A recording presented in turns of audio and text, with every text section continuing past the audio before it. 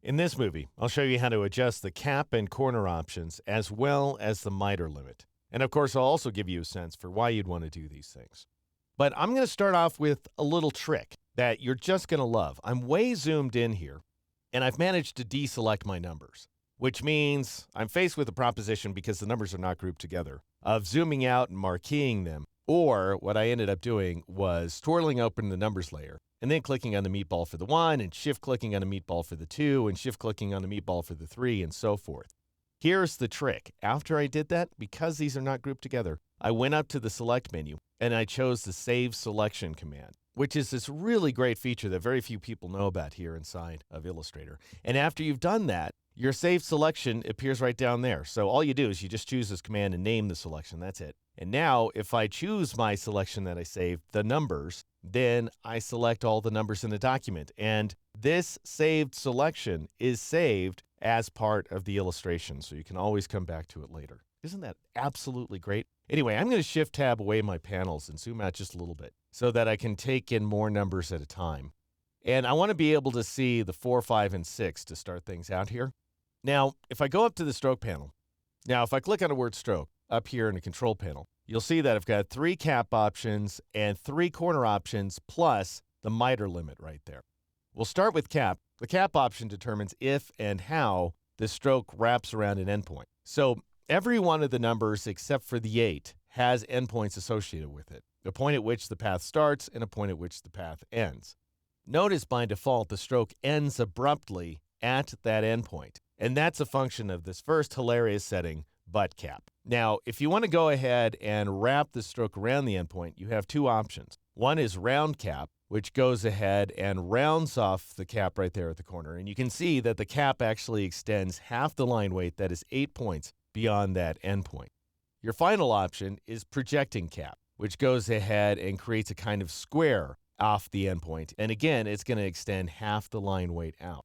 And you may find projecting cap specifically useful when you're trying to get 2 different strokes to align with each other, so you're trying to fill in a gap. So just bear in mind, it's going to be half the line weight when you do that. In my case, it's a bad thing because notice here at this endpoint of the 6, we've got the projecting cap extending out beyond that left-hand edge.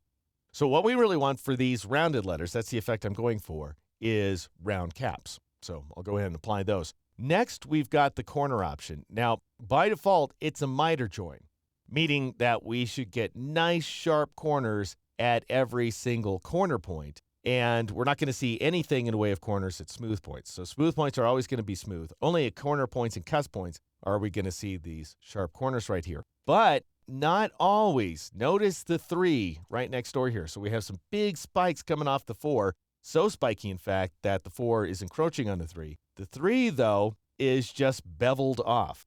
And that's because it is too acute of a corner to be accommodated by the miter join at the current miter limit setting. So I'll bring back the stroke panel. You can see that limit value right there. It's 10x.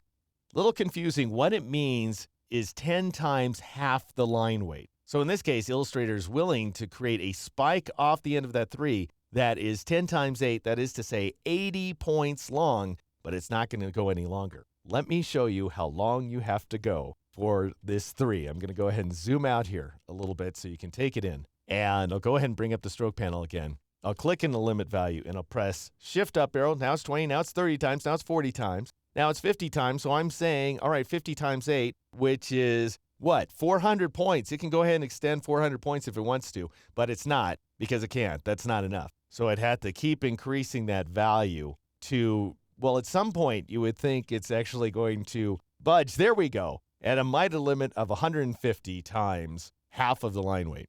So whatever the math there is, it's extraordinarily long. You can see that the 3 has this sort of Pinocchio nose coming off of it. So it's not a becoming effect at all.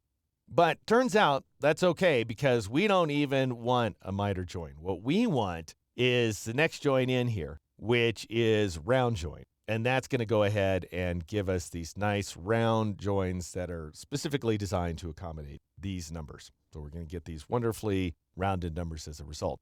Notice the limit value goes away because it's only available to us when we're applying a miter join. And then finally, you've got a bevel join, which is just going to clip everybody off the way the corner of the 3 was clipped off just a moment ago. So we have clipped corners on the 4, the 5, the 2, and, of course, for all the numbers. The only number that's not affected by any of these settings, by the way, either the cap or corner settings, is this guy right here, the 8. And that's because he has no endpoints, and he's made up exclusively of smooth points. Anyway, I'm going to click on stroke once again and change it to round join like so. And then we end up getting the round joins that we're looking for throughout all of these numbers. And that, friends, is how you exploit the power of caps, joins, and miter limits here inside Illustrator.